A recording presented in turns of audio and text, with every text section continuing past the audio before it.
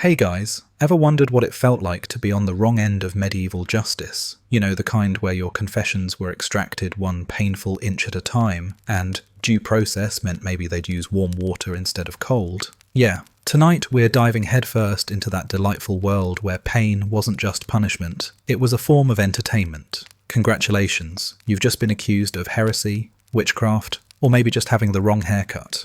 The good news, you're about to get an unforgettable history lesson. The bad news? It involves devices so creative that even your nightmares couldn't dream them up. So sit back, preferably on something without spikes, and get ready to explore a world where fear was a tool, confessions were mandatory, and your odds of surviving a trial were about as good as your odds of growing a second head. And hey, if you make it through this little trip, don't forget to subscribe.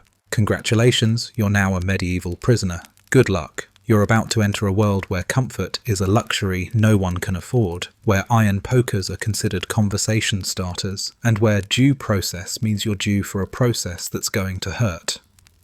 Before we dive headfirst into the nightmare that was medieval justice, let's get one thing straight. Torture wasn't just a random hobby for sadistic nobles with too much time on their hands. No, torture was an institution. Part punishment, part confession extractor, part crowd-pleasing entertainment. Think of it as the Middle Ages' most popular sport, except you're the ball, and everyone's cheering for the executioner. Why all the pain? Simple. Torture was the Swiss Army knife of medieval problem-solving. Confessions, confessions, confessions. Officially required before you could be convicted, which sounds fair until you realise they'd make sure you confessed, even if you'd never heard of the crime they were accusing you of. After all, if someone's screaming it, it must be true, right? That was the logic. And hey, if the local lord's lands were threatened by a peasant uprising, or the Inquisitor had a quota to fill, lucky you, you're next on the rack. Justice in the Middle Ages wasn't about being right or fair, it was about power, control, and reminding the peasants that their place was under the boot of someone richer. Imagine being dragged from your straw bed in the middle of the night by men who smelled like fear, sweat, and last night's ale. You're tossed into a room that's half dungeon, half slaughterhouse, the walls oozing mildew and the air thick with the scent of damp straw and hopelessness.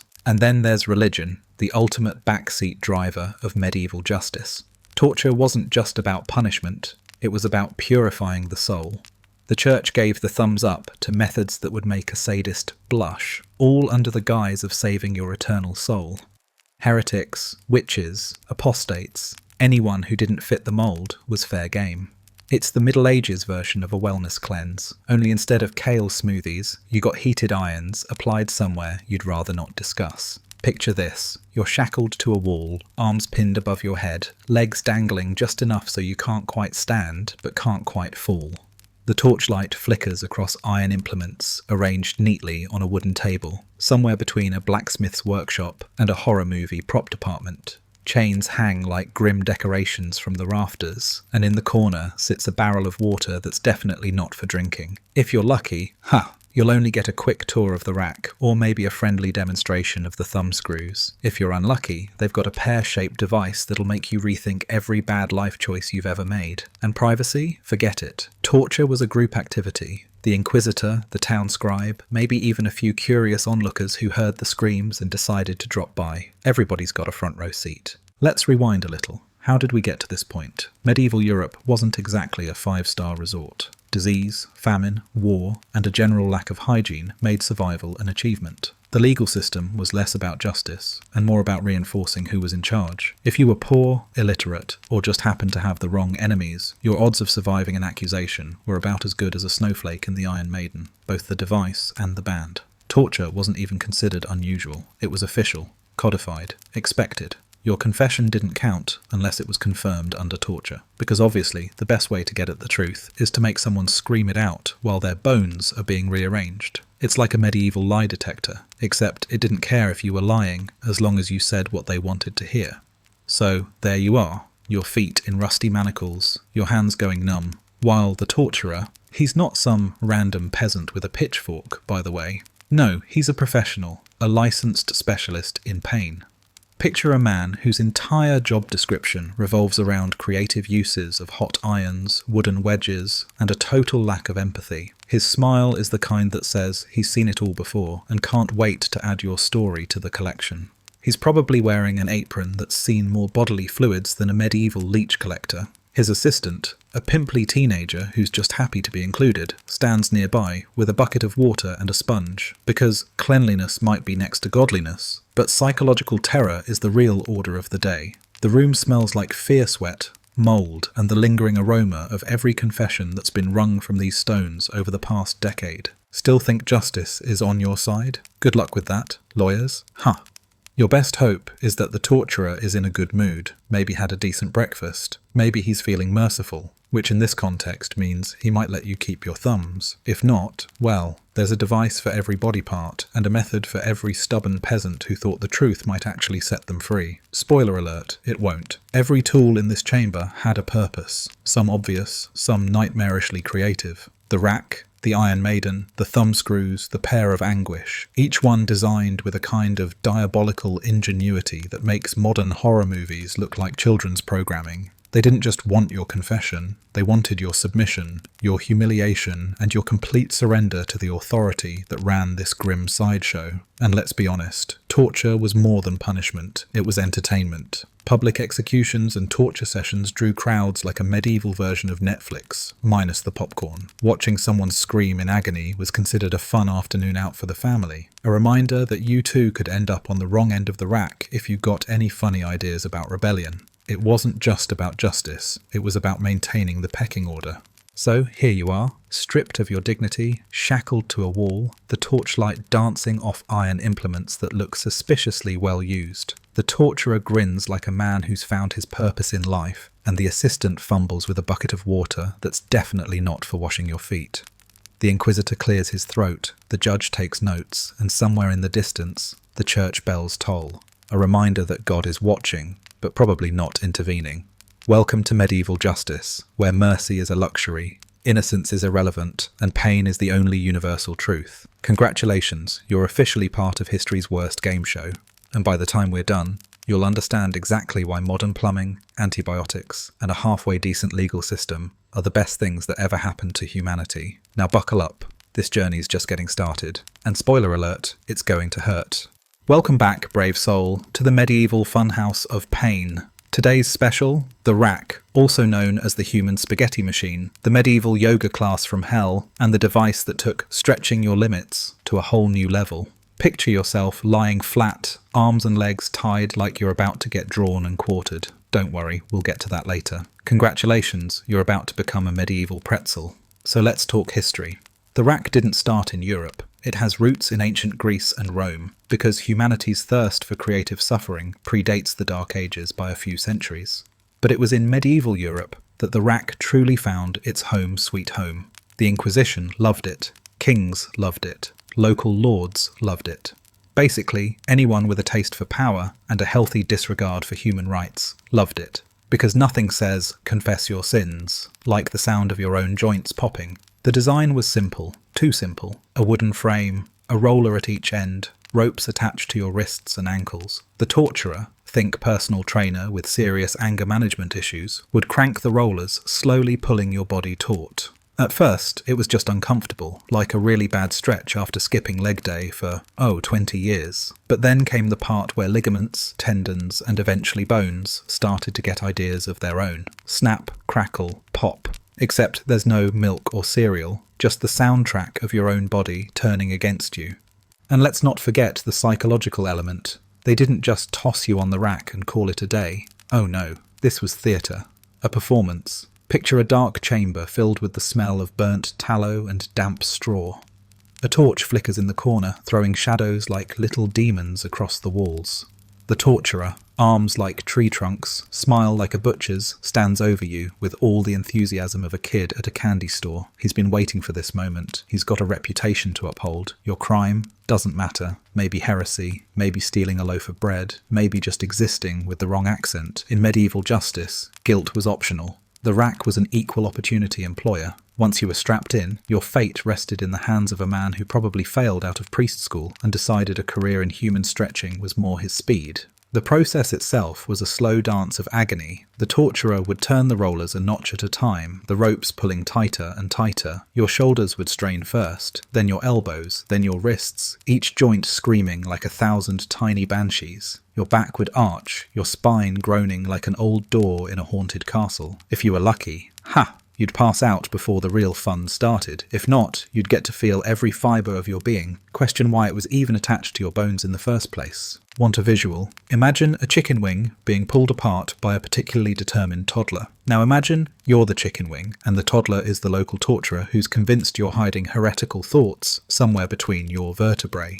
That's the rack experience in a nutshell. It's not pretty, and it's definitely not covered by your medieval health insurance, mostly because there wasn't any. And here's the really cheerful part. The rack wasn't just about making you talk, it was about making you perform. Spectators, priests, inquisitors, sometimes even curious locals with nothing better to do, would gather to watch. Because in medieval Europe, suffering was entertainment. Your agony was the evening's entertainment, a cautionary tale for anyone else considering questioning authority. Think of it as reality TV with a lot more screaming and a lot less prize money. But let's talk about confessions, because that's what the rack was really for. Medieval justice required a confession before they could execute you. So, how do you get someone to admit to dancing with the devil on a rainy Tuesday? Simple. You stretch them until their bones separate. At some point, the pain breaks you.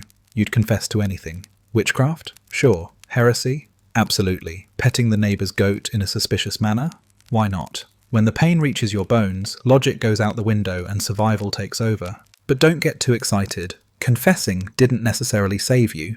It just meant the torturer got to move on to the next victim, while the local authorities prepared your execution. Sometimes they'd spare you another session. Sometimes they'd decide to get creative with other devices. The rack was often just the warm-up act, because nothing says justice like multiple rounds of agony in a single day.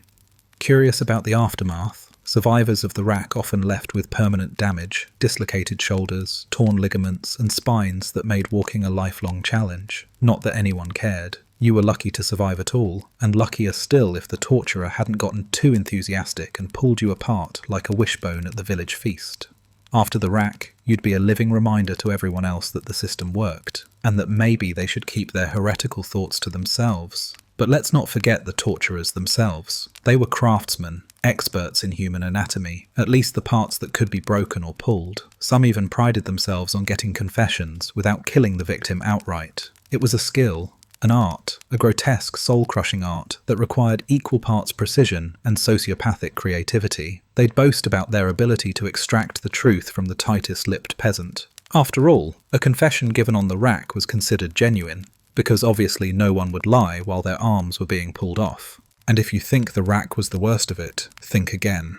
This was just one of many toys in the medieval torture chest. But it was definitely a crowd pleaser. Easy to build, easy to operate, and always effective at making grown men scream like children. It was a torturer's best friend, and a prisoner's worst nightmare. A wooden frame with a few ropes, so simple, so terrifying, so absolutely medieval. So, as you picture yourself on that splintered wooden bed of horrors, remember this: the rack was just the beginning, the opening act in a show that promised pain, humiliation, and a front row seat to your own personal apocalypse. And by the time you begged for mercy, it was already too late.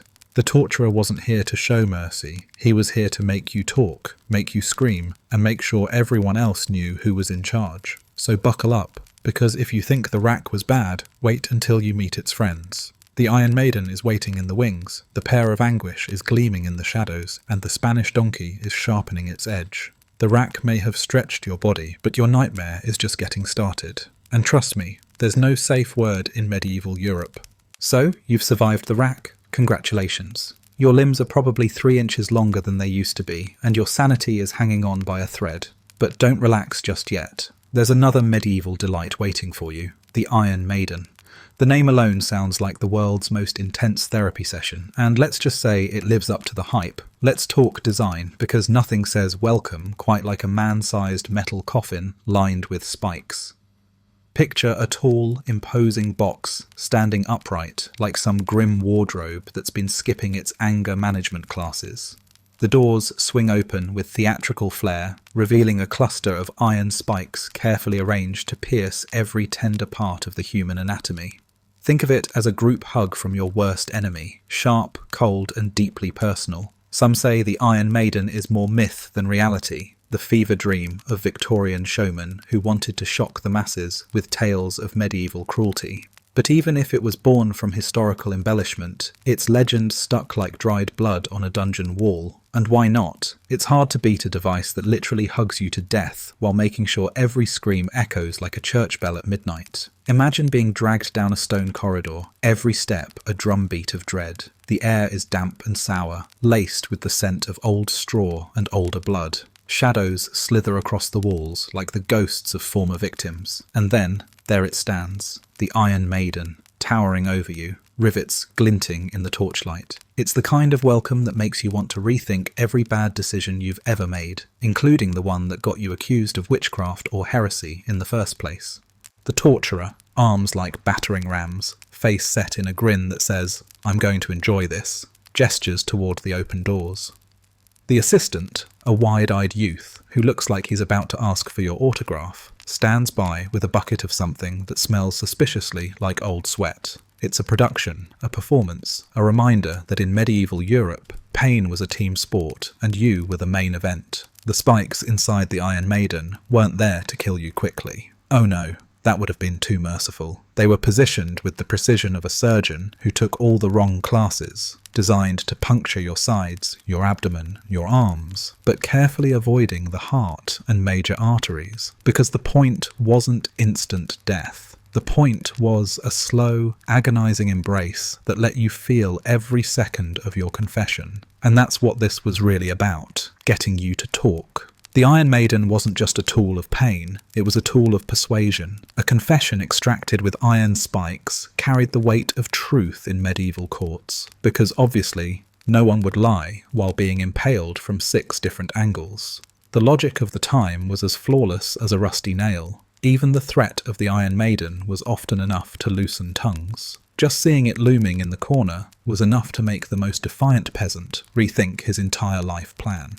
Who needed the actual device when the idea of it could do the job? It was the medieval version of psychological warfare, and it worked like a charm. But sometimes, charm wasn't enough. Sometimes the torturer had to prove a point. Picture the slow swing of the doors, the creak of iron hinges, the flicker of torchlight catching on the spikes like little knives. Every inch the doors closed, the spikes would press deeper, each one a tiny dagger that whispered, "We're just getting started." You'd scream, beg, and maybe even offer up the names of your closest friends, anything to make it stop. And let's not forget the crowd. Medieval torture wasn't a private affair. Spectators would gather, eyes wide, breath held, as the doors closed on another victim. Because in medieval Europe, nothing said community bonding quite like watching a fellow human turned into medieval Swiss cheese. It was entertainment with a moral lesson. Mind your place, or you're next. Some Iron Maidens were rumoured to have spikes even at eye level, just to make sure you couldn't look away from the pain. The mind games didn't stop there. Some designs had spikes positioned to pierce the chest, but not the heart. A slow bleed that guaranteed every drop of agony was squeezed out of you. Medieval justice had a flair for the dramatic, and the Iron Maiden was its star performer. And the best part? It was so portable. The Iron Maiden didn't need a fancy chamber or a team of engineers. Just prop it up in the corner of a dungeon, light a few torches, and let the fun begin. Easy to transport, easy to assemble, and always ready to make your worst day even worse. If IKEA had been around in the Middle Ages, this would have been the top-selling item in the torture and decor aisle. Was it real? Maybe, maybe not. Some historians swear the Iron Maiden was a later invention, dreamed up to make the Middle Ages look even more savage than they already were. But whether it was real or not, it fit perfectly into a world where pain was considered a perfectly reasonable way to keep order. If it wasn't a medieval invention, it should have been, because nothing captures the spirit of the time quite like a human-shaped iron coffin with a built-in agony guarantee. The legend of the Iron Maiden stuck around for a reason. It embodied the worst fears of the medieval prisoner, the sense that no matter what you did, no matter how you begged, the system was designed to break you. Even the idea that someone could design a device like that spoke volumes about the society that birthed it, a place where creativity and cruelty went hand in hand. And let's not forget the torturers themselves, craftsmen of pain who took pride in their work. They were the unsung heroes of medieval justice, always ready to deliver a confession, or at least a good show, with a smile. A man who knew his way around the Iron Maiden could make your last moments truly unforgettable, the kind of experience you'd take with you to the afterlife and talk about for eternity.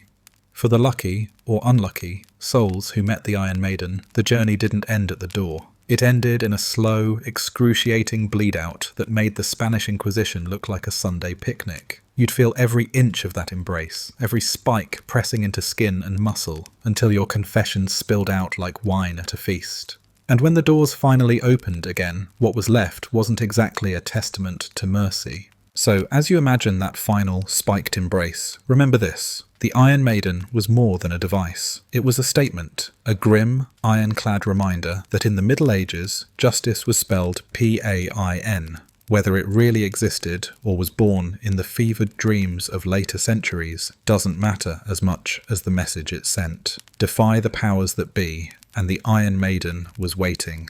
And if you think that was the worst of it, well, buckle up. There's a long road of medieval horror still ahead, and the Iron Maiden was just the warm-up act. Next up, thumbscrews, the pair of anguish, and other delightful devices guaranteed to ruin your day and your soul. Because in the Middle Ages, there was always room for one more scream. If you thought medieval torture devices couldn't get any more personal than the Iron Maiden's deadly embrace, guess again. Today, we're taking a stroll down the charmingly horrific lane of thumbscrews and finger squeezers, tools designed to ruin your day one digit at a time. Because in the Middle Ages, the best way to extract a confession wasn't always by stretching you like a medieval yoga experiment, it was by going small, precise, and intimate. Think of it as a medieval manicure, except instead of polish, you get pain. Let's start with the thumbscrew, the most famous member of the finger torture family. Imagine a small metal device that looks suspiciously like something you'd find in a blacksmith's junk drawer. It's got a pair of iron bars, a tightening screw, and just enough room to fit your thumb, or a big toe if you were really unlucky. The process was simple. Place the thumb between the bars, turn the screw, and watch as the pain sets in like a hot iron brand on your nerves. The brilliance, or should we say, the medieval diabolical genius, of the thumbscrew lay in its simplicity. No need for a fancy chamber or a screaming crowd, just you, your torturer, and the slow, methodical destruction of your thumb's ability to do, well, anything ever again. But why stop at the thumbs?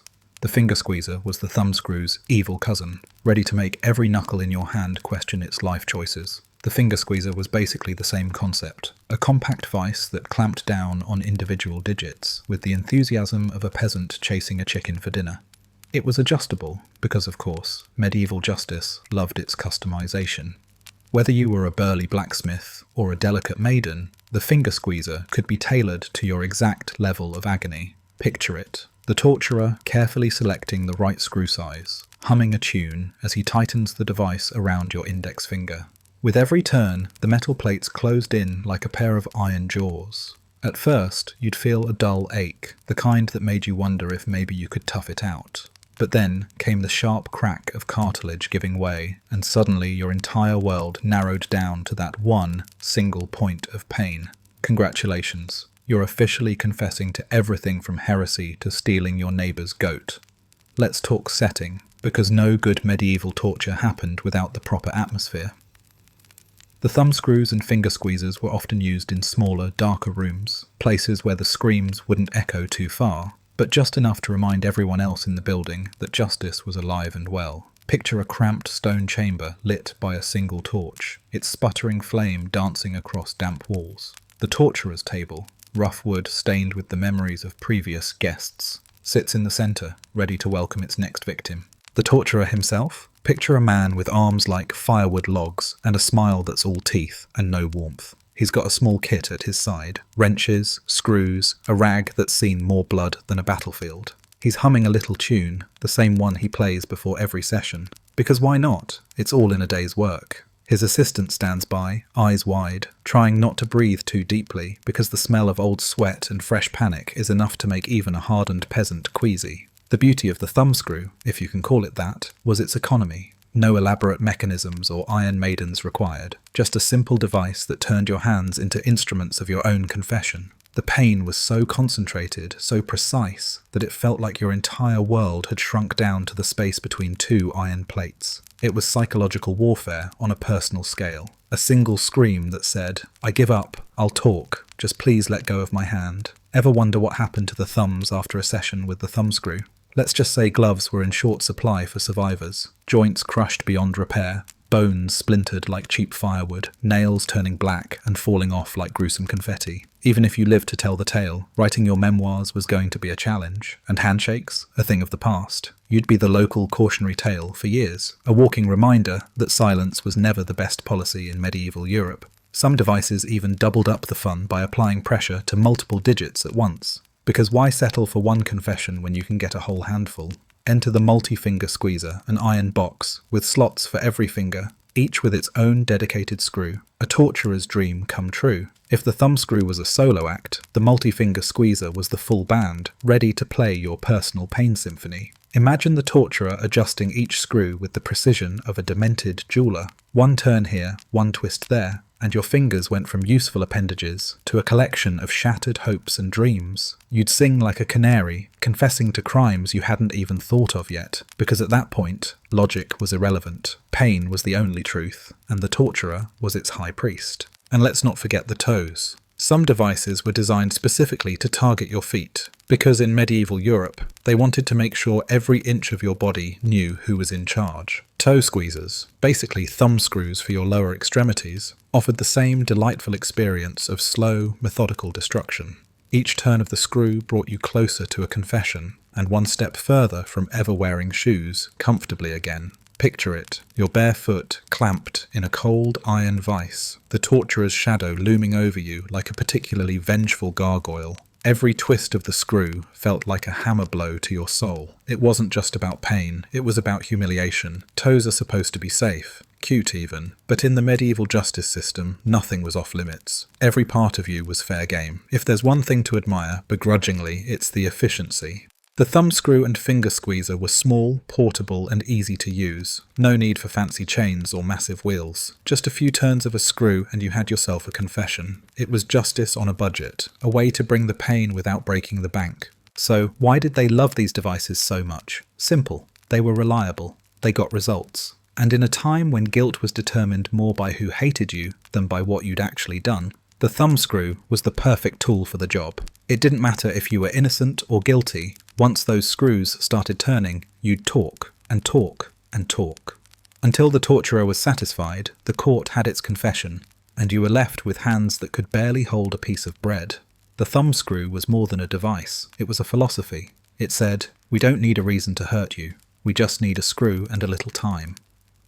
It was medieval justice at its most pure, painful, personal, and impossible to ignore. A reminder that in a world without rights, your body was your only voice, and the torturer was always ready to silence it. So next time you see a thumbscrew in a museum display, remember, this wasn't just an artifact, it was a promise that no matter how strong you thought you were, there was always a device waiting to make you talk. If you've survived the rack, the Iron Maiden, and the thumbscrews, congratulations, your pain threshold is now medieval legend status. But don't get too comfortable. The Middle Ages always had one more trick up its filthy sleeve. Enter the pear of anguish, the world's worst fruit salad ingredient, and the device that makes you question how creative humans can get when inventing new ways to ruin someone's day. Let's paint the picture.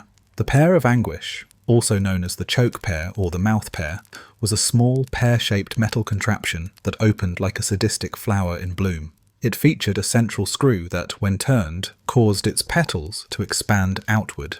Sweet, right? Wrong. This wasn't a romantic gesture. This was the Middle Ages' answer to, how can we turn orifices into a medieval horror show? According to popular legend, this charming device was inserted into the victim's mouth, rectum, or, for a special group of unfortunates, the vagina. Once in place, the torturer would turn the screw, causing the pear to open inside the body. Think of it as a medieval blooming onion, except instead of delicious fried batter, you got pain, trauma, and a healthy dose of internal damage. A truly memorable experience, and not the kind you'd want to put on a postcard. But let's pause for a moment and talk history. Because, like so many medieval torture devices, the pear of anguish is shrouded in a fog of myth and exaggeration. Some historians argue that the device, while real, was rarely, if ever, used for actual torture. Instead, it might have been a tool of humiliating punishment, a symbolic threat, or a product of later collectors' imaginations that was retroactively labelled as torture porn. But let's be honest, if it was even thought to be used this way, that's enough to make your skin crawl. Imagine being marched down the cold stone corridor to the torturer's chamber. The torchlight flickers against the damp walls, your own footsteps echoing like a funeral march. And there, displayed on the table like a sickly metal fruit bowl, sits the pear of anguish, polished to a dull gleam, its screw poised like a spider ready to pounce. The torturer, arms like tree trunks, grin like a wolf, picks it up with a flourish, turning it slowly so you can admire every grotesque angle. He explains how it works in excruciating detail. The device is inserted, the screw is turned, the petals bloom, and your orifice, pick one, is stretched beyond anything it was ever meant to endure. You're supposed to talk, confess your sins, name your co-conspirators, renounce your heresies, but at this point, you'd probably confess to causing the Black Death if it meant he'd stop turning that screw. The mouth was the most common target, at least according to the stories. Heretics and blasphemers were forced to accept this medieval dental appliance as punishment for their words. One turn of the screw, and your jaw would never be the same again. Teeth shattered, bones cracked, and any illusions you had about the fairness of medieval justice went straight out the window, along with your last molar. But the rectum and vagina were allegedly on the menu too, reserved for those special cases where humiliation was the main course. Because nothing says justice like taking a device that looks like it belongs in a fruit bowl and turning it into a weapon of psychological and physical warfare. Whether it was ever actually used that way is still up for debate, but the idea alone is enough to keep therapists in business for centuries. Picture the torturer taking his time, because, let's face it, time was the one thing medieval torturers had in abundance. He'd position the pear, turning the screw with all the casual confidence of a man winding his pocket watch. Every click of the metal expanding inside you was a reminder that the Middle Ages weren't just about knights and castles. They were about the kind of imaginative cruelty that would make even the devil take notes. And let's talk about the psychological impact. The pear of anguish wasn't just a device, it was a threat, a symbol of ultimate humiliation.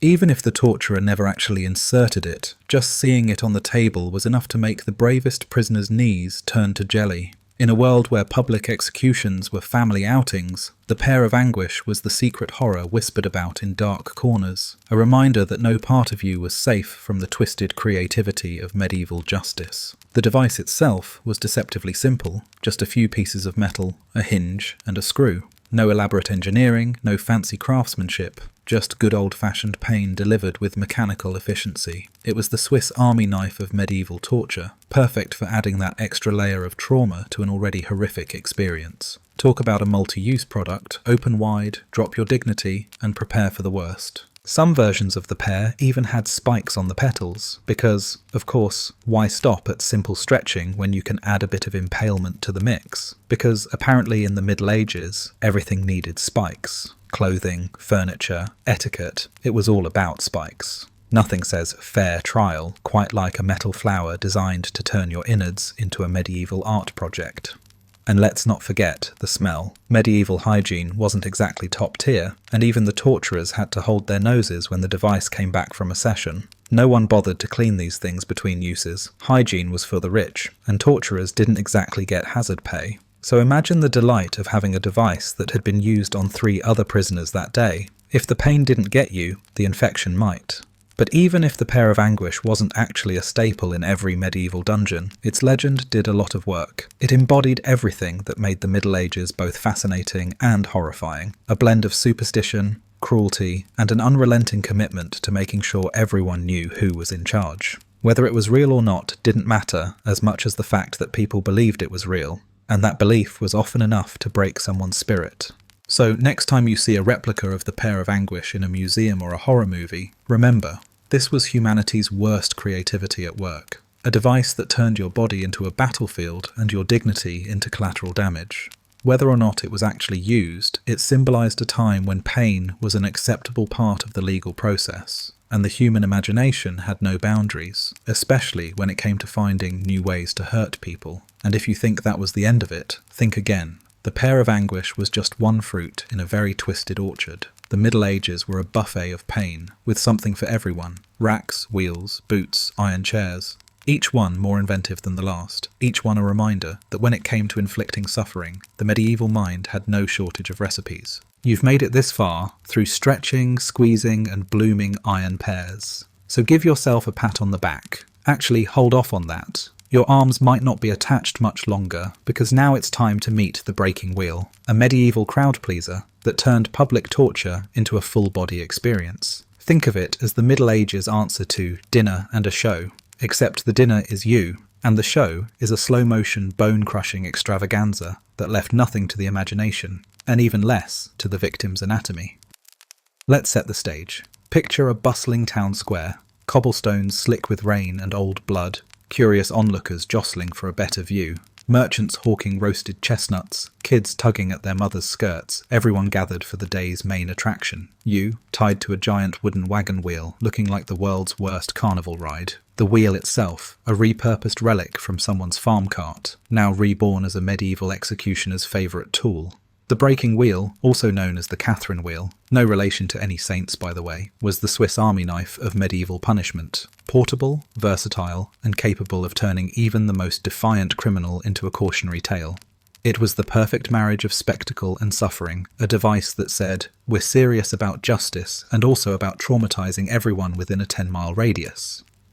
Now, let's talk technique. The victim was lashed to the wheel, arms and legs splayed like a human starfish. Sometimes the torturer would tie the limbs to the spokes, sometimes he'd thread them through the gaps. Either way, the goal was maximum exposure and minimum comfort, because why just kill someone when you can do it in a way that makes everyone else question their life choices?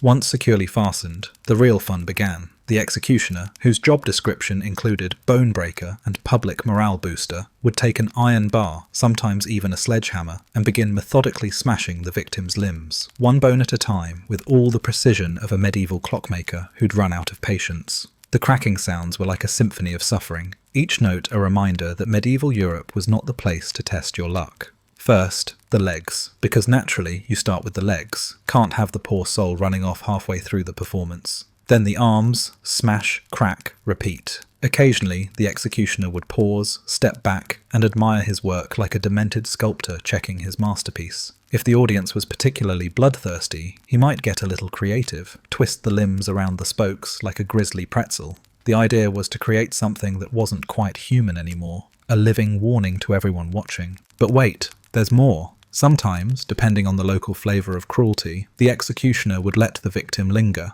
left alive and barely conscious, bones shattered like porcelain, eyes wide with horror. Why? Because what's the point of public torture if it ends too soon? The crowd had gathered, the kids needed a lesson, and the authorities wanted to remind everyone that law and order were serious business. And let's talk about the crows. Yes, crows, nature's cleanup crew. In some cases, the victim, now more broken than a dropped vase, was hoisted on the wheel and propped up on a tall stake for all to see. There, left to die slowly from shock, blood loss, dehydration, and sheer agony, they'd serve as a buffet for every bird in the area. Crows, ravens, even the occasional curious fox, nature's way of making sure no good punishment went to waste. Imagine the smell, a mixture of iron, sweat, and the slow rot of a human body left in the sun. The breaking wheel was the medieval gift that kept on giving, a gruesome reminder that the line between living and dying was often blurred, and that mercy was for the lucky few who managed to expire before the birds arrived. The psychological effect on the townsfolk? Devastating, and exactly the point, because this wasn't just about punishing the condemned, it was about making sure everyone else fell into line. The Breaking Wheel was a travelling horror show, setting up shop wherever the local authorities needed to remind people that crime didn't pay, but pain sure did. Of course, there was always that one villager, eyes wide, stomach turning, who asked, "But why?" And the answer, as always, was simple: deterrence. If one person's shattered body could keep an entire town from stepping out of line, then the wheel had done its job. It was medieval law enforcement, complete with sound effects and a moral lesson no one was likely to forget. And let's not forget the religious angle, because everything in the Middle Ages had a religious angle. Some victims were accused heretics, and the wheel became a symbol of divine justice. The church bells might toll, the priest might mutter a few prayers, and the crowd might nod solemnly, right before they went home to tell their kids about the screaming man on the wheel, because bedtime stories were different back then. The wheel itself was surprisingly simple, just a big wooden disc with enough space for creativity. Some had iron rims, others had sharpened spokes, some were even built with notches to hold the limbs in place, like a medieval jigsaw puzzle with a side of bone crunching. The executioner could get fancy, weaving the arms and legs through the spokes, like a demented macrame project. Martha Stewart would not have approved. And don't think you could talk your way out of this one. Once you were sentenced to the wheel, there was no last-minute reprieve. The sentence was public, the performance was expected, and the wheel was always ready for its next star attraction. It didn't matter who you were, peasant, noble, or unfortunate bystander. If the wheel was your fate, then pain was your destiny. Now, some might argue that the breaking wheel was just a punishment device, an execution method, not a torture tool. And sure, if you ignore the fact that the victim was alive for most of it, then maybe you've got a point. But let's be honest, the line between torture and execution was blurrier than a medieval pond on washing day. Pain was the main event, and the wheel delivered it in spades. If you managed to survive the initial battering, and yes, some did, you'd be left on display like a human scarecrow, bones jutting at unnatural angles, eyes glazed with pain. So next time you complain about your Monday morning commute, spare a thought for the poor souls strapped to the breaking wheel. At least your bus doesn't come with an iron bar and a promise to make you the town's latest conversation piece. The wheel was the medieval solution to everything. Justice, entertainment, social control, one device to rule them all. And if you think the breaking wheel was the worst of it, guess again. There's plenty more pain waiting in the medieval toolbox. Boiling oil, red-hot pincers, the Spanish donkey. Because in the Middle Ages, creativity wasn't just for art and literature, it was for suffering too. So grab your popcorn, find a seat, and brace yourself. The show is far from over. If you thought the Middle Ages were all about stretching spines, smashing bones, and hugging you with iron spikes, guess what? They also loved their water-based tortures. Because why stop at pain when you can add drowning, panic, and a healthy dose of psychological horror? Welcome to the wonderful world of medieval water torture, where every drop was a potential confession and every soak was the worst bath of your life. Let's start with the crowd favourite, waterboarding. No, not the modern CIA enhanced version, though the principle is the same, but the medieval prototype. Picture a wooden board tilted just enough to make you slide a little too close to the edge. You'd be strapped down, arms, legs, chest, because of course, no one wanted you to wiggle free. A rag would be stuffed into your mouth because medieval hospitality knew no bounds. Then came the water, poured slowly and steadily over the rag, soaking it and trickling down your throat. At first, it felt like a trickle, annoying but manageable. But then came the gasp, the panic, the sensation of drowning on dry land. Water filled your mouth, your throat, your nose, and every time you tried to breathe, it felt like inhaling liquid terror.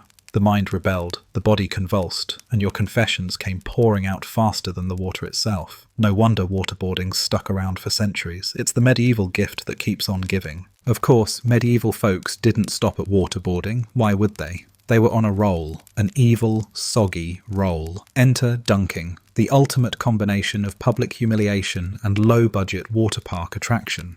Picture a big wooden chair, if you're lucky, attached to a long arm extending over a pond, a river, or whatever suspiciously brown liquid passed for water that day.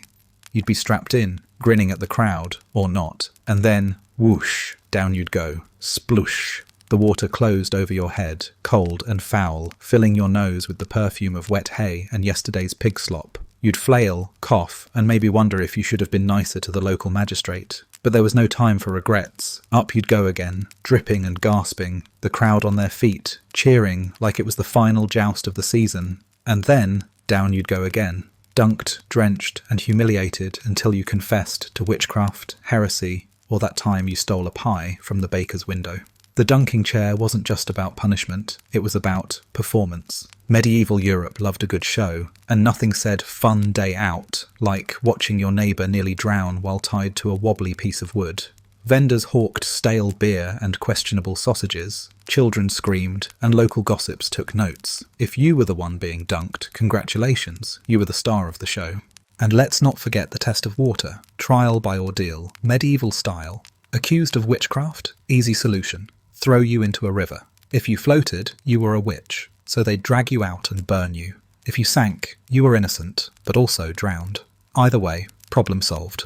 Medieval justice was nothing if not thorough. Imagine the moment they tied your hands and feet, muttering about God's judgment, and hoisted you up for the crowd. A hush falls. Everyone wants to see if you'll float. They toss you in, and the cold water hits like a slap from the universe itself. You fight to breathe, struggle to break the ropes, but your limbs feel like lead. The water closes over your head, your lungs scream for air, and somewhere in the distance, you hear cheering. Because nothing says community bonding like watching your neighbour drown in the name of justice. Of course, if you survived the ordeal, you'd probably wish you hadn't. Even if you weren't declared a witch, you'd still be half drowned, waterlogged, and probably missing a few teeth from the crowd's enthusiastic encouragement. It's the medieval equivalent of surviving a shark attack only to find out the lifeguard was the one holding the shark's leash. And let's talk about the hygiene, or the complete lack of it. Medieval water torture didn't happen in crystal clear springs. It happened in rancid rivers, sewage-tainted ponds, and water that had seen more corpses than the local graveyard. Every drop was a roll of the dice, a chance to catch something that would finish the job the torturer started. Because why settle for pain when you could add infection to the mix? Medieval justice, always thinking ahead. Now let's take a quick dip into water torture's psychological side. These methods didn't just aim to break your bones, they aimed to break your mind. Waterboarding didn't drown you, but it made you think you were drowning. Dunking didn't kill you, but it made you wish it would. And trial by water wasn't about proving guilt or innocence. It was about proving that fear alone was enough to control the masses. The genius of water torture was that it used something essential, water, to turn life itself into a weapon. Every breath you took became a gamble, every gasp a confession waiting to happen. And the best part, the torturer barely had to lift a finger. Just pour, dunk, or toss, and let the water do the rest. Efficiency, thy name is medieval. Modern folks think swimming pools are terrifying, chlorine burns, deep ends, questionable band-aids floating by. But at least no one's strapping you to a board and calling it justice. Next time you're floating on your inflatable unicorn, sipping your overpriced smoothie, remember the medieval victims who would have killed for a pool noodle. Because back then, water wasn't a luxury, it was a loaded weapon. And let's not forget the crowd. Medieval torture was never a private affair. Every splash, every gurgle, every desperate gasp performed for a sea of eager faces. People came from miles around to see the local heretic get a watery makeover. Kids got a lesson in obedience. Parents got a moral example. And the torturer got to show off his latest aquatic masterpiece. Everyone went home happy, except the victim, of course. Of all the water-based torments, none matched the dread of the unknown. At least with the rack, you knew what to expect. Pain, stretching, and a few extra inches on your height. But with water, anything could happen. Maybe they'd tie you to the board, maybe they'd dunk you, maybe they'd just toss you in with a rock and see how fast you sank. Water was unpredictable, like medieval justice itself. So, next time you hear about water torture in a history book, or, let's be honest, in the news, take a moment to appreciate the creativity of the Middle Ages. They turned the simplest element into a tool of terror, a confession extractor, and a public spectacle. Because when it came to pain, medieval Europe never let a good opportunity go to waste. And if you think that was the worst of it, buckle up. We're only halfway through the medieval pain parade. There's still boiling oil, red-hot pokers, and the Spanish donkey waiting in the wings. Because the Middle Ages were the golden age of cruelty, where water wasn't just for drinking, it was for breaking your spirit, one drop at a time. If medieval torture devices were sold in catalogues, the heretic's fork would definitely be in the as seen on TV section. Small, portable, and perfect for those special moments when you wanted to keep someone awake, alert, and in a constant state of existential crisis. Because let's face it, why let your victim sleep when you can give them the gift of perpetual agony and great posture all in one neat little package? Let's paint the picture. You've been accused of heresy. Maybe you sneezed at the wrong time. Maybe you gave your neighbour a funny look. Or maybe the local inquisitor just needed to meet his monthly confession quota. Either way, you found yourself dragged to the town square, eyes darting nervously, wondering why the crowd is so enthusiastic for a torture session. And then you see it. A small metal rod with two sharp, wickedly pointed prongs at each end. One set facing up, one set facing down. Like the world's worst letter opener on a medieval necktie. Congratulations, you've just met the heretic's fork, the medieval multi-tool of psychological torment. Unlike the rack or the wheel, which offered the full-body experience, the fork was all about focusing on one tiny, terrible place, the space between your chin and your sternum. The torturer, grinning like he'd just found a new toy in his cereal box, would fit the device snugly under your chin, the top prongs pressing against the soft flesh under your jaw, the bottom prongs nestled lovingly against your chest or collarbone, depending on the local flavour of cruelty. Then came the leather strap, because of course there was a leather strap. The torturer would buckle it around your neck, ensuring the fork stayed right where it was supposed to be. The best part? You couldn't move your head. At all. One twitch to the side, one nod, one attempt to sleep. Bam! Those prongs would dig in with all the mercy of a cactus at a hugging contest. Every breath a reminder that movement was a luxury you no longer had. The brilliance of the heretic's fork wasn't just its simplicity, it was its psychological impact. The fork wasn't designed to kill you, at least, not immediately. It was designed to break you. Sleep? Forget it. Even the tiniest nod of exhaustion would result in a searing jab that would jolt you awake faster than the worst cup of medieval coffee. Spoiler alert, there was no coffee. The fork turned your own body into a medieval alarm clock from hell. No snooze button, just pain. And let's talk about the setting, because every good medieval torture needed the right atmosphere. Picture yourself chained in a small stone cell, damp and cold, the air thick with the scent of old straw and older despair. Rats scuttling in the corners, candlelight flickering just enough to throw your shadow on the wall, a twisted silhouette of suffering. And there you sit, head held high, not by choice, but by iron prongs, forced to stare straight ahead at the darkness. It's not just the physical pain that got to you, it was the isolation, the enforced contemplation. The Inquisitors loved to talk about repentance, and the fork was their way of making sure you did nothing but think. Think about your sins, think about your confessions, think about the prongs digging into your skin every time your head drooped. The heretic's fork wasn't just a torture device, it was a medieval meditation tool, the worst yoga class ever invented. And let's not forget the added bonus, humiliation. Because nothing says guilty like drooling all over yourself while trying not to stab your own throat. Prisoners would be left for hours, sometimes days, with the fork in place. Food? Delivered by a guard who would watch you struggle to sip watery broth, your head trembling with every movement. Sleep? Don't even think about it. Any sign of weakness was met with a sharpened reminder that your comfort was not on the medieval priority list. Sometimes the fork was used in conjunction with other devices, because why settle for one horror when you can double the fun? A pair of iron manacles, perhaps, or a set of leg shackles to ensure you couldn't even pace the room to distract yourself from the pain. The torturer might even read aloud from the charges against you, each accusation punctuated by the silent threat of those waiting prongs. The beauty of the fork, if you can call it that, was its low maintenance. No need for coals, no complicated gears, no assistant with a bucket of water on standby. Just metal, leather, and a slow, steady erosion of hope.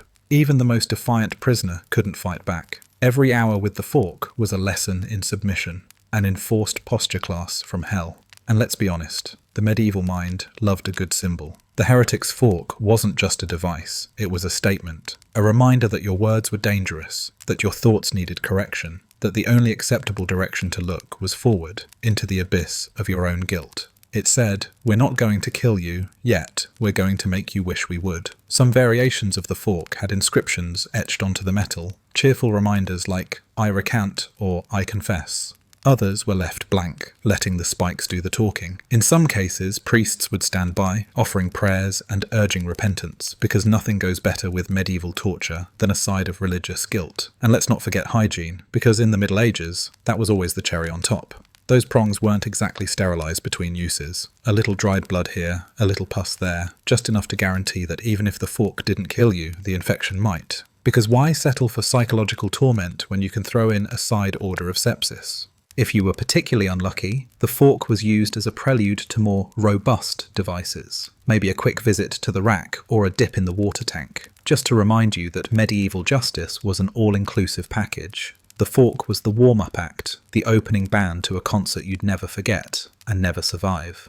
Imagine the sound of your own ragged breathing, every exhale rattling with fatigue. You want to sleep. Oh, how you want to sleep. But every time your head dips, the fork bites, and you jolt awake with a gasp that echoes off the damp walls. Your mind fractures, your resolve crumbles, and eventually you'd confess to everything. Heresy, witchcraft, stealing the bishop's goat, anything to make the pain stop. And that was the point. The heretic's fork didn't need to break your bones or spill your blood. It just needed to keep you from resting, from finding even the smallest moment of peace. It turned exhaustion into confession, and turned confession into execution. It was medieval efficiency at its finest. So next time you complain about neck cramps from sleeping wrong, remember the heretic's fork. Remember that once upon a time, posture was enforced with spikes, and sit up straight was less of a suggestion and more of a survival skill. So, you've survived the rack, the wheel, the fork, and every other diabolical invention medieval Europe threw at its prisoners. Congratulations. But buckle up, or, well, maybe just hold still, because now it's time for one of the most stomach-churning, bone-splitting experiences the Middle Ages had to offer: saw torture. A device so brutal it makes all those other devices look like medieval warm-up acts. Let's set the scene, shall we? You're tied up, because obviously, and hoisted upside down like a sideshow curiosity, your feet pointing skyward and your head dangling a few inches from the ground. Blood rushes to your head, pounding in your ears like the world's worst drum solo, and your arms feel like lead weights. A crowd has gathered, of course. It wouldn't be medieval Europe without an audience. The torturer, part showman, part butcher, part dentist gone rogue, approaches with a two-man saw. That's right, not a dainty handsaw, but the kind of industrial-grade lumberjack special that normally takes down trees, not people. The saw itself glints in the torchlight, teeth shining like the world's deadliest grin. You already know you're not walking away from this one. Your only question now is how long you'll be aware of it. The victim is hoisted by the ankles, sometimes just tied to a wooden frame, leaving the head pointed down. The genius of this position is that gravity keeps the blood flowing to the brain for as long as possible. Why let your victim pass out when you can keep them fully conscious, every single scream echoing through the cold stone walls like a hymn to medieval ingenuity? Let's talk logistics, because medieval people loved logistics, especially when it came to suffering. The saw would start at the groin, because why not make it personal, and slowly work its way downward or upward, depending on your point of view. The torturers worked in pairs, each pulling alternately like a pair of sadistic lumberjacks at a medieval logging competition. The rhythmic back and forth of the saw became the soundtrack to your own slow-motion evisceration. If you're feeling squeamish, congratulations. You're still human, but the torturers weren't. They had a job to do. Extract confessions, punish heretics, or simply entertain a crowd that had grown bored with bear baiting and wanted a little variety, and saw torture delivered in spades. Every inch was a testament to the inventiveness of human cruelty, a reminder that medieval justice wasn't just about the destination, but the excruciating journey. You might think the goal was to kill you quickly. Oh, sweet summer child, no. The point was to make you think you might survive each stroke until you didn't. Because of the upside-down position, the blood supply to the brain was maintained. That meant you stayed conscious far longer than nature intended. The victim could watch, through blurry, tear-filled eyes, as the saw crept closer to vital organs. Every second an exercise in pure, undiluted horror. And let's talk about the audience, because every medieval torture was incomplete without a crowd of eager villagers. Kids on tiptoe, eyes wide with a mixture of terror and delight. Housewives clutching their aprons like they were at the world's worst county fair. The local priest making the sign of the cross, whether for your soul or just to add some holy ambience was anyone's guess. Saw torture wasn't just punishment, it was medieval dinner theatre, minus the dinner and heavy on the horror. Of course, no one was safe from this particular brand of DIY punishment. Heretics, witches, political rebels, anyone who annoyed the wrong person at the wrong time. All it took was an accusation, a suspicious neighbour, and a torturer with a saw looking for a reason to stretch his arms. And while carpentry skills weren't required, let's just say it helped if the torturer had at least a passing familiarity with anatomy, and a complete disregard for human dignity. Let's not forget the hygiene factor, because medieval Europe was nothing if not consistent in its filth. That saw, not exactly sanitized between victims. Bits of hair, chunks of flesh, maybe even yesterday's plague residue clinging to the teeth like the worst dental floss imaginable. Infection was almost guaranteed, though the victim rarely lived long enough to worry about it, because in the Middle Ages, if the torture didn't kill you, the aftermath sure would. And speaking of aftermath, let's talk about the symbolism. The saw wasn't just a punishment, it was a statement. A message that your crime, or alleged crime, was so heinous, so monstrous, that only the most gruesome, drawn-out death could cleanse the stain. It wasn't enough to kill the body. The saw aimed to annihilate the soul, leaving nothing but a cautionary tale for the next would-be rebel or heretic. The saw's popularity spread across Europe like a plague, minus the fleas. Spain, France, Italy, they all had their own variations. Some sawed vertically, from groin to head, because why not make the agony as complete as possible? Others went for the horizontal cut, though that was less common, perhaps because it was harder to keep the victim conscious. Either way, the saw proved that medieval justice was nothing if not thorough. If you're wondering whether this was an everyday occurrence, rest easy, sort of. Saw torture was reserved for the most despised criminals and the most imaginative inquisitors. It wasn't the standard fare for your average pickpocket, but when it did happen, it made sure the entire town knew about it. Word spread fast when someone got sawed in half in the town square. Think of it as the medieval version of a trending hashtag, except with more blood and fewer influencers. Imagine the sound, the rhythmic rasp of metal on bone, the wet thud of each pull, the gasps from the crowd, the muffled prayers from the local priest. The smell, a pungent cocktail of blood, sweat, and everything your stomach told you to avoid. Every sense assaulted, every inch of your body a roadmap of pain. And through it all, you remained upside down, forced to watch as your body gave way to the saw's relentless progress. If you're thinking this sounds like overkill, you're absolutely right, and that was the point.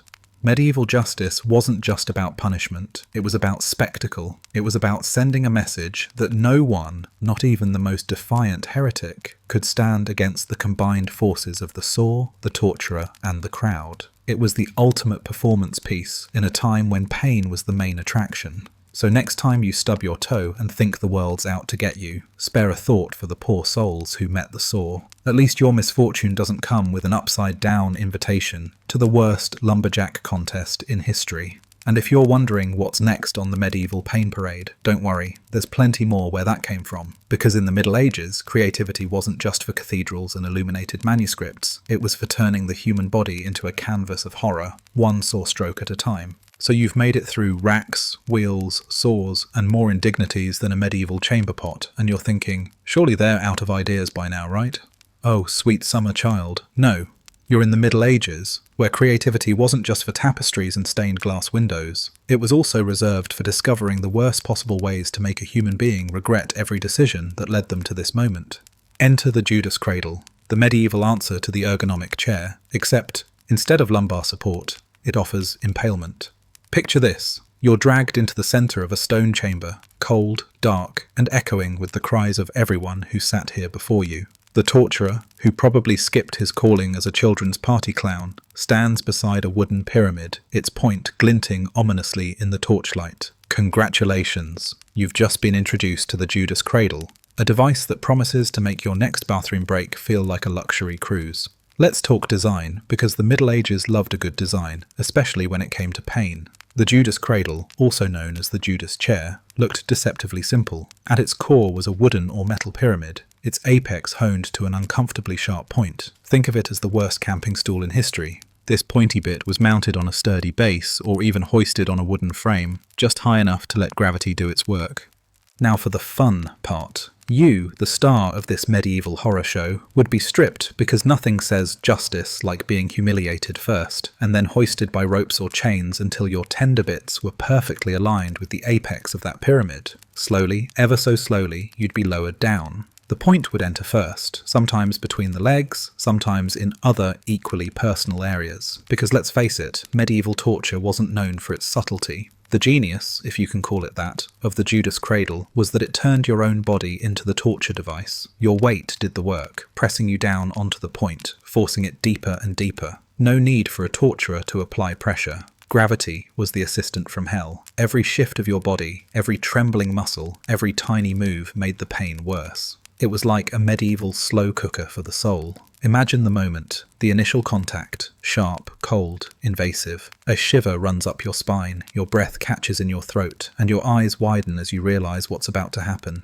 Then, the slow descent, every inch a new dimension of agony. The torturer might pause the lowering, letting you hang there, balancing on that knife edge between agony and complete humiliation. He might ask you to confess, to name names, to tell him everything he wanted to hear, because why let a good torture device go to waste on a silent victim? And let's talk about the audience, because there was always an audience. Medieval justice was public justice, and the Judas cradle was no exception.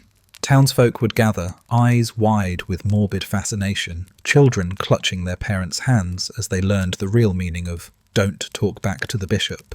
Vendors might hawk roasted chestnuts or suspiciously grey sausages, because nothing pairs with public torture like a snack. The psychological torment was half the fun. The victim was left in a constant state of panic, no matter how still they tried to sit, and sit is being generous here. Every tremble, every muscle twitch meant the point dug deeper. It wasn't just pain, it was the knowledge that you were doing this to yourself. The human mind wasn't built to handle that kind of horror. Every minute on the Judas cradle was a minute spent bargaining with your own sanity. And let's not forget hygiene, because if medieval Europe excelled at one thing, it was turning every minor injury into a major infection. The Judas cradle was rarely, if ever, cleaned. Blood, pus, and the remnants of previous victims clung to the wood and metal like grimy souvenirs. If the torture didn't kill you, the infection probably would. Tetanus, sepsis, gangrene, just a few of the delightful party favours waiting for you after your time on the cradle.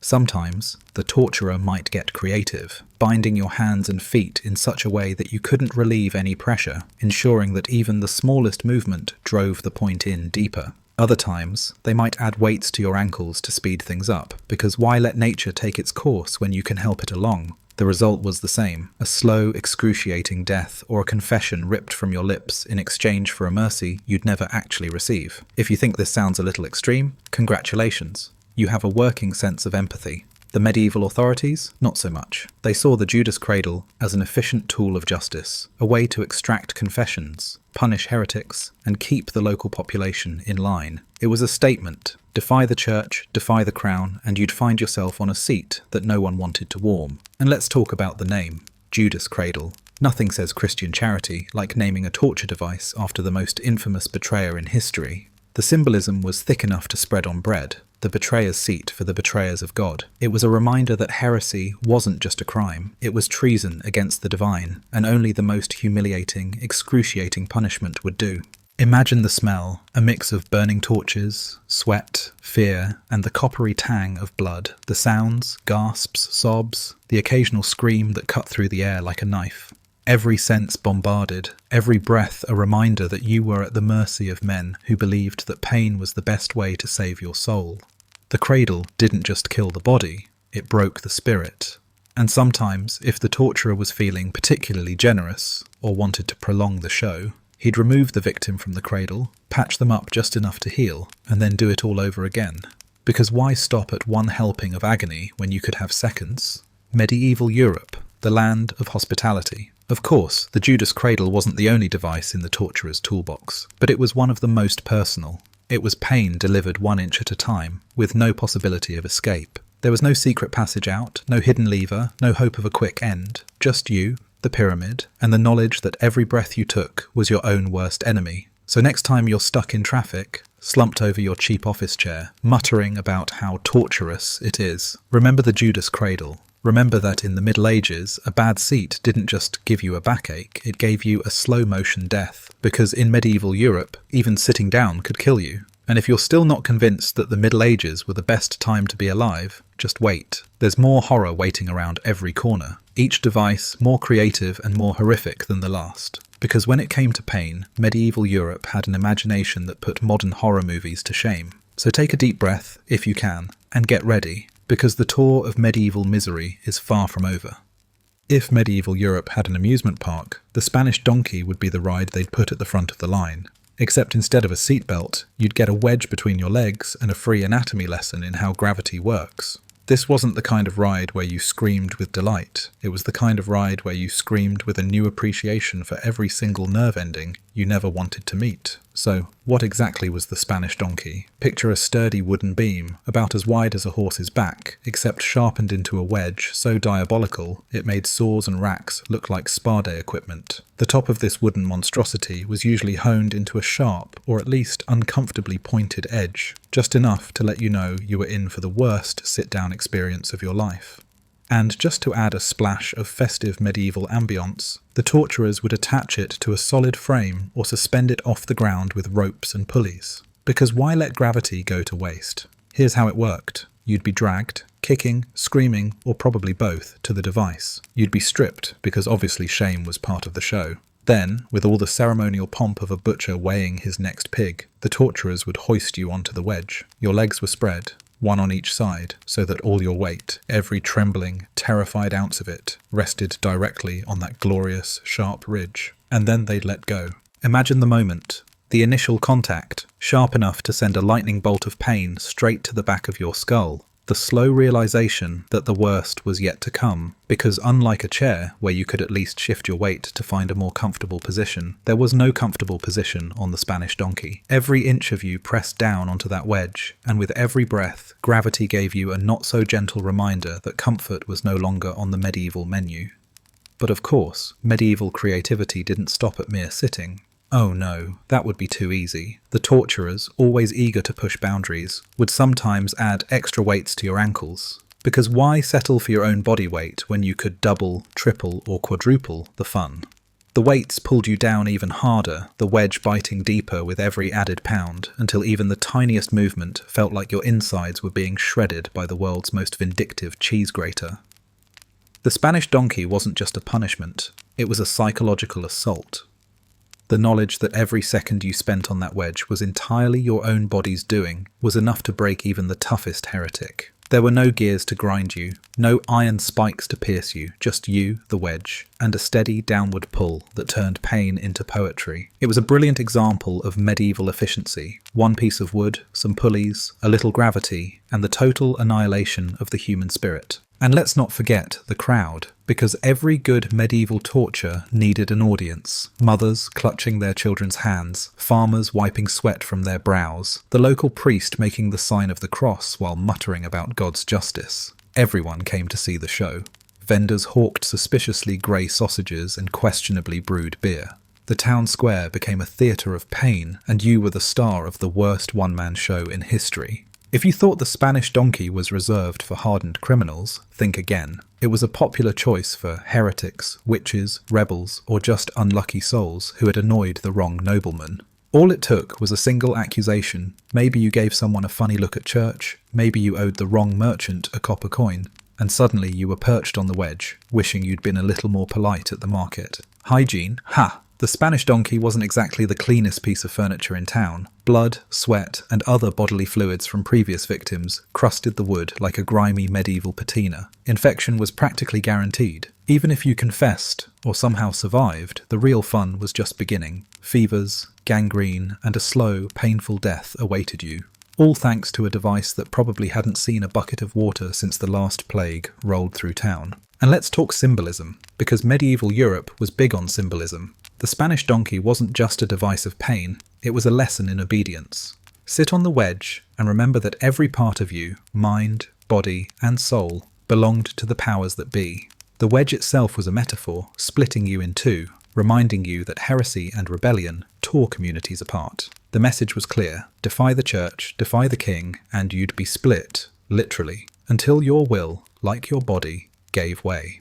Imagine the sounds, your own ragged breathing, the creak of the ropes as the weights pulled you down, the soft murmur of the crowd as they watched your every grimace, the smell, a heady mixture of sweat, fear, and the iron tang of blood. Every sense was assaulted, every moment stretched into an eternity of agony. The Spanish donkey didn't just hurt you physically, it made sure your mind never forgot who was in charge. Some variations of the device even included iron spikes along the wedge's edge, because why settle for one kind of pain when you could have two? Every shift, every tremor, sent those spikes digging deeper, ensuring that any hope of finding a comfortable spot was wishful thinking at best. This was medieval innovation at its finest. One device, infinite misery. And just when you thought it couldn't get any worse, there was the aftermath. Assuming you survived, and let's be honest, that was a big assumption, you'd be left with deep lacerations, internal injuries, and a psychological scar that would make every wooden bench you saw afterward a personal horror story. Walking, sitting, even standing, it all became a reminder that the Spanish donkey had claimed a piece of you that would never heal. So next time you complain about your office chair, the plastic one that squeaks every time you move, remember the Spanish donkey. Remember that once upon a time, the worst seat in the house wasn't in the back row at the cinema. It was front and centre in the town square, with the entire village cheering you on as you gave the performance of a lifetime. Because in medieval Europe, even sitting down could be an act of torture. The Spanish donkey wasn't just a device, it was a statement. A reminder that power didn't just come from the sword, the rack, or the whip. Sometimes, all it took was a wedge of wood, a pulley, and the unstoppable force of gravity. And when it came to human creativity and cruelty, the Middle Ages never ran out of ideas. So far, you've survived being stretched, squeezed, burned, impaled, and split like a medieval piñata. And you're probably wondering, how much worse could it get? Well, buckle up, because now we're entering the Bronze Age of terror, literally. Let's talk about the brazen bull, the device that proved even medieval torturers sometimes looked at their own work and thought, maybe this is a bit much. Picture this, you're dragged into a courtyard, surrounded by cheering crowds who've clearly never heard of Netflix and think your suffering is the best entertainment in town. At the centre of it all stands a gleaming bronze sculpture, a bull, life-sized, with all the proud majesty of an animal you'd expect to find on a royal crest or a fancy tapestry. Except this isn't the star of a pastoral scene, it's the worst oven in history, and you're the main course. The brazen bull, also known as the Sicilian bull, was the brainchild of a man named Perillos of Athens, a man whose resume probably read inventor, sadist, and all-around overachiever. According to legend, which is always a bit suspect in the Middle Ages, but let's roll with it, Perillos was hired by Phalaris, the tyrant of Akragas in Sicily, to come up with a brand new way to make executions more memorable. And oh boy did he deliver. This wasn't just a metal sculpture, this was a fully functioning one-person oven, complete with a door on the side where the unlucky victim would be stuffed inside like the world's worst turkey. The bull was designed with a hollow chamber big enough to hold a grown adult, probably with a little room for regret, and a system of tubes and valves that transformed human screams into the delightful sound of an angry bull bellowing. Because nothing says artistic expression like turning a death chamber into a musical instrument. Imagine the scene. The condemned, probably accused of something as simple as tax evasion or insulting the local bishop's hat, would be stripped and shoved headfirst into the belly of the beast. The door would be shut behind them with a satisfying medieval clang, and the executioner would light a fire beneath the bull's belly. Slowly, the metal would heat, transforming the interior into an inferno worthy of Dante's worst fever dream. The victim inside? Well, let's just say they'd be doing a lot of screaming, but thanks to Perillos' clever design, the screams wouldn't just echo inside the bull like a normal oven. Oh no. The air passage system was carefully crafted so that the cries of agony would emerge from the bull's mouth as a terrifying, eerie bellow, like the bull itself was alive and angry at the world, because nothing says art quite like turning human suffering into a one-animal symphony of horror. And let's talk about the smell, because medieval Europe never skipped an opportunity to assault all five senses. Burning flesh, hair, and whatever was left of your dignity combined into a stench that probably had even the rats holding their noses. The smoke would waft out through the nostrils of the bull, giving it a lifelike appearance of snorting in rage. Medieval crowds would cheer, priests would cross themselves, and somewhere, Perillos would probably be taking notes on how to make the next model even more interactive. The brazen bull wasn't just an execution device, it was a statement, a political statement, a reminder that defying authority meant not just death, but a death that would be burned into the memory of every peasant, merchant, and would-be rebel who watched. It was the Middle Ages way of saying, this is what happens when you mess with the big boys. And honestly, even the most hardened torturer probably looked at the bull and thought, maybe we should dial it back a bit. Legend has it that Perillos himself got a first-hand demonstration of his own invention, because even medieval tyrants knew that karma was a dish best served, well, extra crispy. Supposedly, Phalaris wasn't impressed by Perillos' gloating presentation and decided to test the device on the inventor himself, and thus Perillos got a taste of his own medicine, literally, when he became the first victim of the brazen bull. A cautionary tale about the dangers of showing off in front of medieval management. But like many medieval horror stories, the brazen bull's popularity didn't stop in Sicily. Word of the device spread across Europe like the worst Yelp review ever. Variations popped up in different regions, each one promising to turn heretics, rebels, and other undesirables into the main course at the worst barbecue in history. Some versions were simpler, just big bronze pots or iron maidens with grills, but the bull remained the star attraction. Imagine the moment the fire was lit, the heat creeping up the walls of the chamber, every breath inside the bull turning the air hotter and more painful than the last. The victim would claw at the metal, scream, and realize too late that every cry only made the bull's mouth bellow, a mocking echo of their own agony. The crowd would cheer, some in horror, some in fascination, and the lesson would be burned, no pun intended, into the minds of everyone who witnessed it. Defy authority, and you'd be the next sacrifice in the bronze oven of doom. And let's not forget the practicality, because medieval torturers loved practicality almost as much as they loved creative cruelty. The bull was made of metal, meaning it could be reused, over and over again. Once the victim was reduced to ashes, the bull could be cleaned out, hosed down, well, metaphorically, and made ready for the next unlucky soul. A one-size-fits-all approach to human barbecuing, efficiency at its most horrific.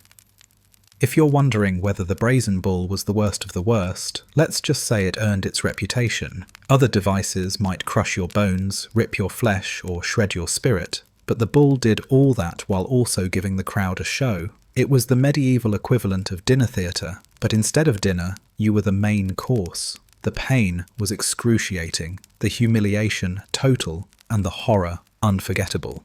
And let's talk about symbolism, because medieval Europe never missed a chance to mix a little moral lesson into its torture devices. The bull, an animal known for strength and defiance, became a symbol of rebellion crushed by the iron will of authority. Your screams became the bull's roars, your pain its anger, your death its victory. Every aspect was designed to remind the crowd who was in charge, and why they'd better stay in line. So next time you're complaining about a hot summer's day, or that one friend who can't barbecue without turning everything into charcoal, remember the brazen bull. Remember that in the Middle Ages, cooking someone's goose wasn't just a metaphor, it was a fully realised, bronze-clad horror show. And if you're still feeling sorry for yourself, just be glad that your worst day doesn't involve climbing into a metal bull and discovering the true meaning of well done. Because in medieval Europe, the line between justice and cruelty was often a blur, usually written in blood.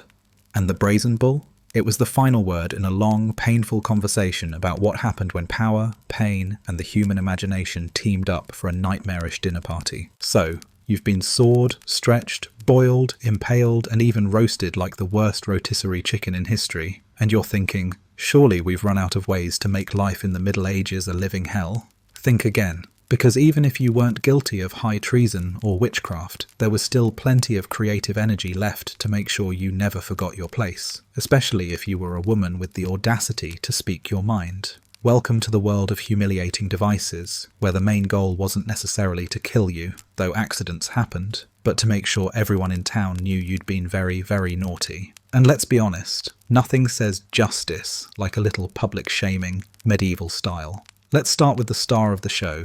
The scold's bridle.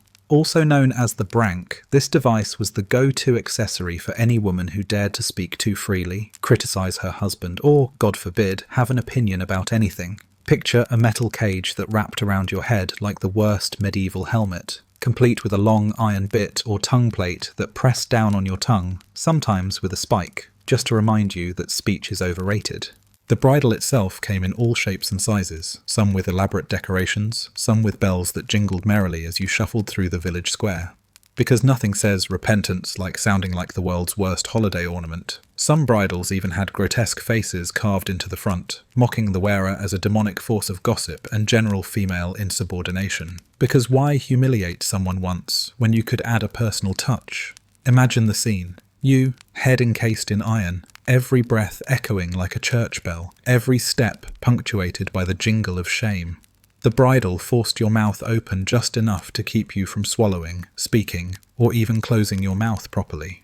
Drool pooled down your chin, another delightful feature, while the iron bit pressed on your tongue like the world's worst dentist's tool. The pain wasn't just physical, it was psychological too. Every glance from a neighbour, every giggle from a child, every stern nod from the local priest hammered home the lesson, know your place, or else. And of course, medieval Europe didn't stop with the bridle. That would be too easy. Enter the cucking stool, a device that doubled as both a punishment and a group activity. The cucking stool was basically a wooden chair, sometimes with wheels, sometimes attached to a seesaw contraption, where the accused, again, usually women, would be tied down and then dunked into a river, pond, or any conveniently disgusting body of water. Because nothing says justice like forced public bathing in the town's favourite sewage runoff. The cucking stool was the ultimate in community entertainment. Villagers gathered to watch as the scold was dunked repeatedly, each time emerging soaked, sputtering, and thoroughly humiliated. It was like medieval waterboarding, with a touch of local hospitality. The device was also known as the ducking stool, because the Middle Ages never missed an opportunity for creative wordplay. And if you were unlucky enough to live in a town with a particularly enthusiastic executioner, the process could be repeated over and over again, until you were too waterlogged to argue about anything ever again. Let's talk about the underlying message here, because medieval Europe never did anything without a moral lesson. The scold's bridle and the cucking stool weren't about justice in the way we think of it today. They were about control, about reminding everyone, especially women, that stepping out of line, even verbally, would be met with public, humiliating consequences. Gossiping about the neighbour's husband, bridle. Criticising the local lord's taste in tunics, stool. Daring to live in a world that considered your voice a threat, both. And the medieval imagination didn't stop there. There were masks, iron or leather contraptions shaped like animals or demons, strapped to the heads of troublemakers to humiliate them further. A pig's snout for gluttony, a donkey's head for stupidity, a horned demon for general misbehaviour. Wearing these masks, you'd be paraded through the streets, every jeer and laugh chipping away at your dignity until you forgot who you were and accepted who they told you to be.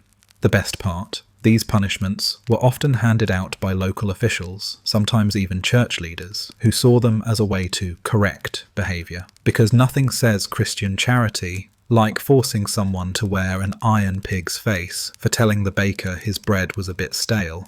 It was a system that turned gossip into a crime and laughter into a weapon. And if you think modern cancel culture is harsh, just remember, at least today, no one's strapping an iron bit to your tongue and marching you through town square while the local blacksmith makes sure it's nice and tight.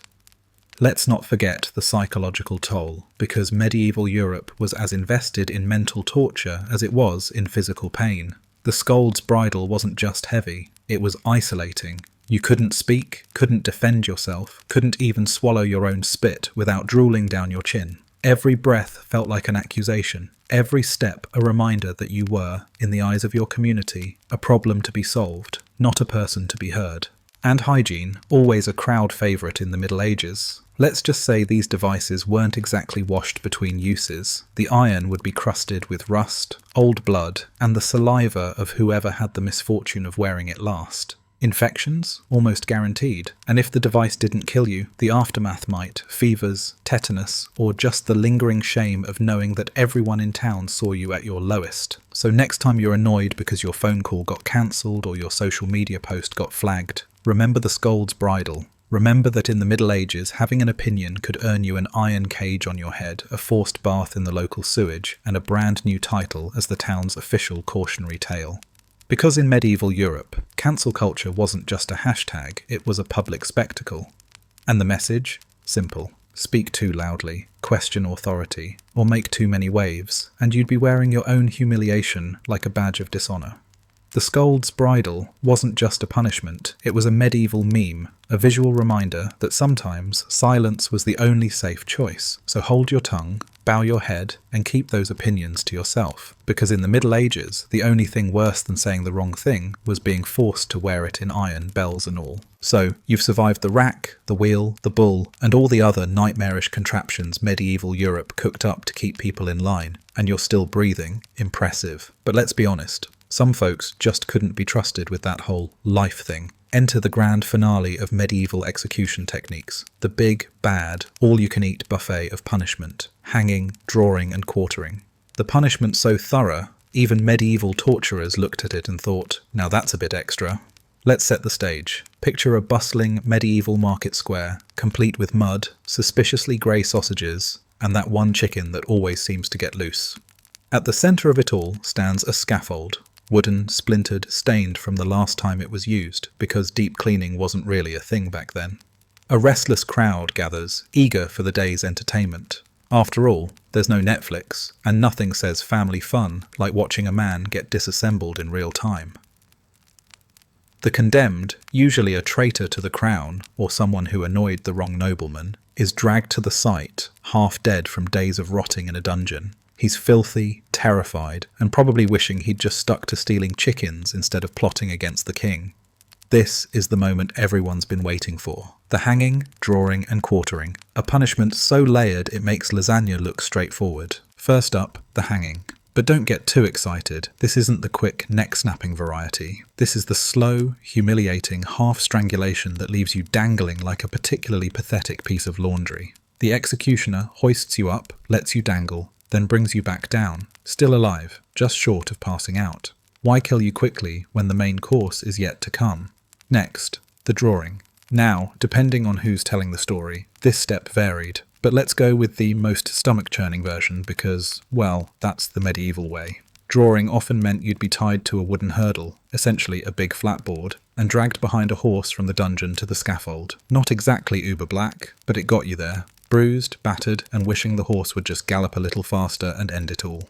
And now, ladies and gentlemen, the main event, the quartering. But before we get there, there's an appetizer, the gutting. While you're still very much alive, because mercy is for fools, the executioner whips out his best knife, slices you open from sternum to navel, and pulls out your intestines for the world to see. Sometimes they'd even light them on fire for added flair, like a medieval flambé, only with less enthusiasm for dessert. The crowd roars its approval because nothing says justice like a good old-fashioned disembowelment in the town square. But wait, there's more. Because one punishment just isn't enough. After the gutting comes the quartering, and it's exactly what it sounds like. Your body divided into 4 separate, hopefully equal, parts. Limbs are tied to 4 strong horses, each one trained for maximum crowd-pleasing effect, and then, with a few whips and a collective heave-ho, they're off. 4 horses, 4 directions, one man suddenly less whole than he used to be. The idea behind this horror show wasn't just to kill the traitor, it was to erase him from the earth, to make sure every peasant, merchant, and would-be rebel got the memo.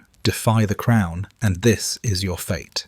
It was medieval overkill, literally. Justice served with a side of shock and awe. Imagine the sounds, the horses' hooves clattering on the cobblestones, the screams from the victim and maybe a few squeamish onlookers, the crack of bones, and the collective gasp as limbs went flying like the worst piñata ever. The smell, a heady mix of sweat, blood, and fear, a cocktail so potent even the local tavern would struggle to match it.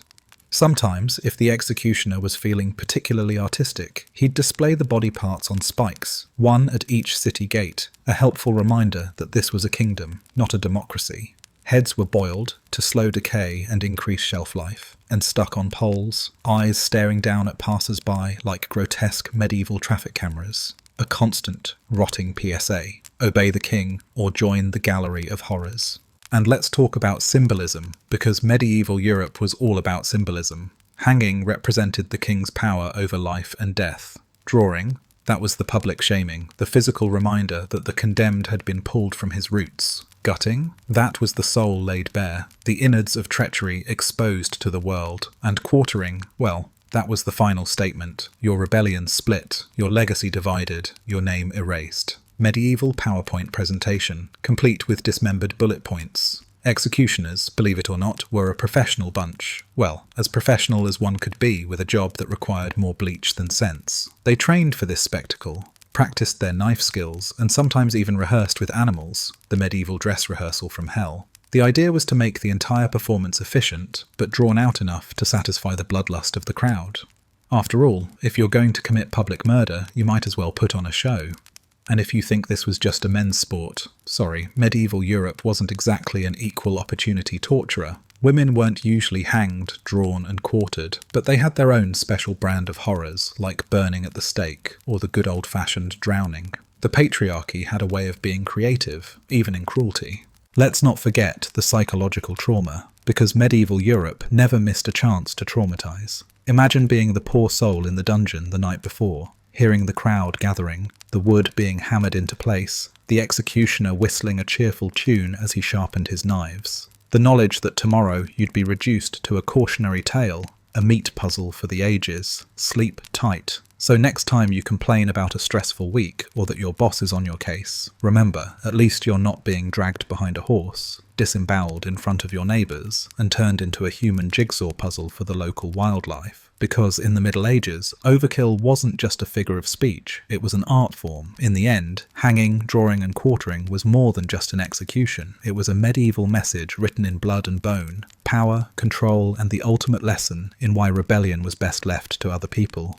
Because in a world where even death could be turned into a public spectacle, the only thing worse than dying was dying slowly, painfully, and in more pieces than you ever thought possible. So, you've made it through the rack, the wheel, the bull, and the best-worst tour of medieval torture devices Europe had to offer. Congratulations, you're now fully qualified to host a medieval dinner party, though you might want to leave the Spanish donkey at home. But before you hang up your Iron Maiden for good, let's take a step back and ask, why?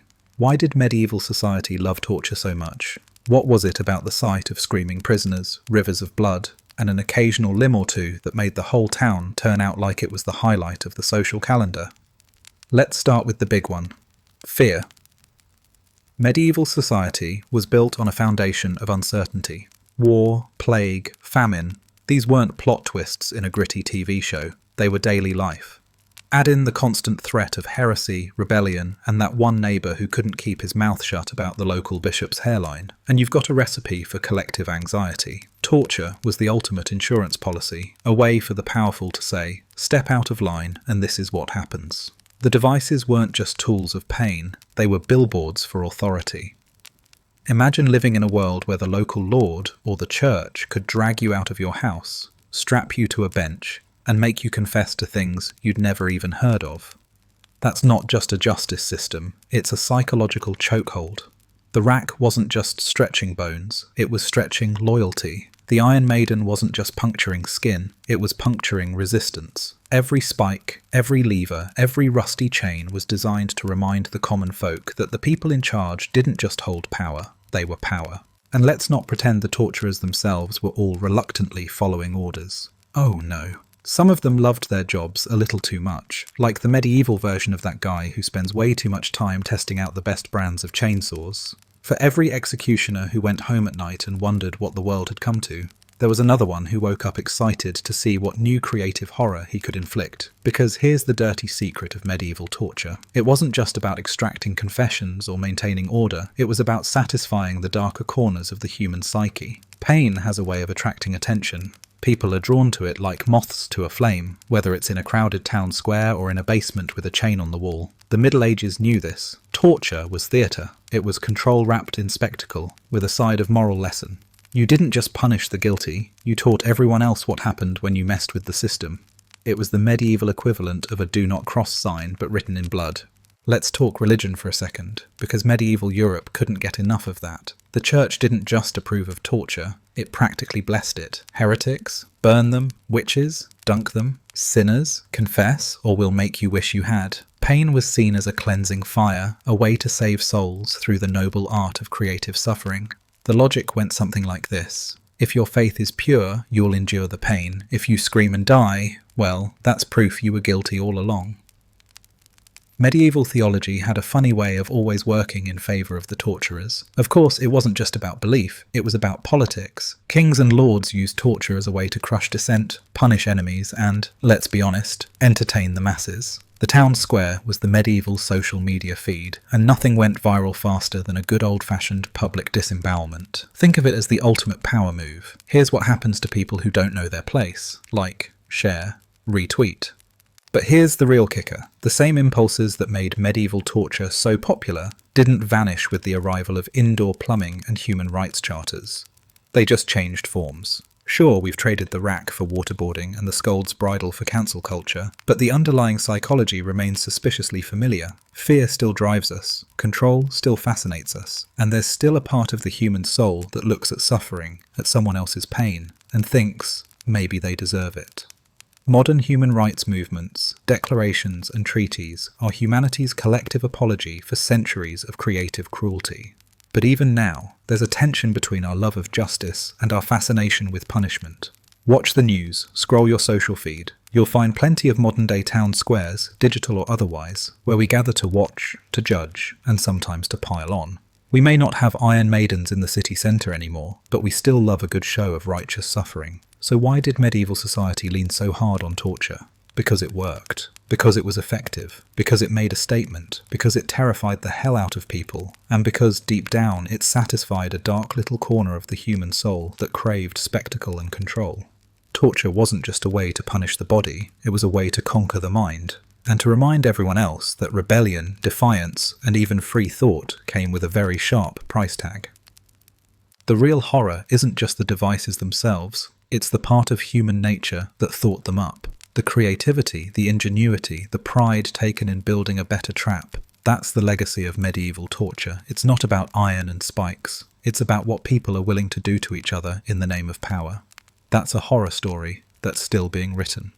So, next time you're feeling grateful for modern plumbing, antibiotics, and the general lack of screaming victims in the town square, maybe raise a glass, preferably not filled with parasite-infested medieval beer, to the human rights activists who decided enough was enough. Because the devices might be in museums now, but the psychology behind them, fear, control, and a dash of sadism, that's a medieval ghost that still rattles its chains in the back of our collective mind. And that, my friend, is the real torture.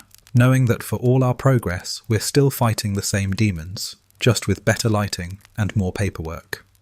Welcome to the modern world, slightly less spiky, but no less complicated. And so, brave souls, we've reached the end of our darkly delightful tour of medieval torture. From racks to bulls to the worst spa treatments imaginable, we've laughed, cringed, and maybe even reconsidered that next trip to the Renaissance fair. If this tour of pain and power made you grin, squirm, or rethink your medieval travel plans, mission accomplished. Drop a comment below and tell me which device made you squirm the most, or just say, I'd rather be in the stocks. Don't forget to hit that like button, subscribe for more historical horrors, and share this with the one friend who's always way too into true crime. More chains, spikes, and medieval nightmares await on the left. May your rack remain in the attic, your scold's bridle remain a historical curiosity, and your luck hold at the gallows dice table. Cheers, and I'll see you in the next one.